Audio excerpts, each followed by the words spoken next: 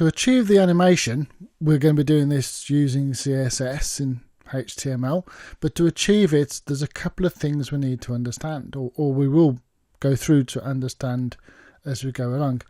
The first thing is keyframes. Now, if you've ever created any kind of video, you've probably seen what a keyframe is. It's basically a point in the animation that something happens or you're going to do something. And to get animation working well in the CSS HTML, you do have to do some work with keyframes, and they kind of look like this. But we'll go through what they are and how they work, and you can do more complicated ones such as these. And to give you an idea, if we look at this page here, this is just something I've been putting together just to show you a few animations before we actually start working on them. So we can keyframe things like that rotation. We keyframe, if I was to refresh this, the fades in.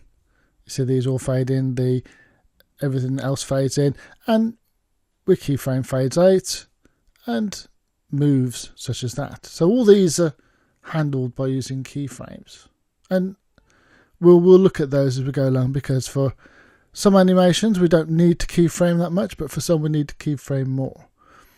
So this is just sort of showing you what can be achieved, and what we're going to do now, we're going to start making some of these changes to our existing web page, and we're going to add some of this new animation functionality, and you guys are going to follow along, and by the end of this you're going to know how to do animations such as these rotations, fades in, fades out, and even moves.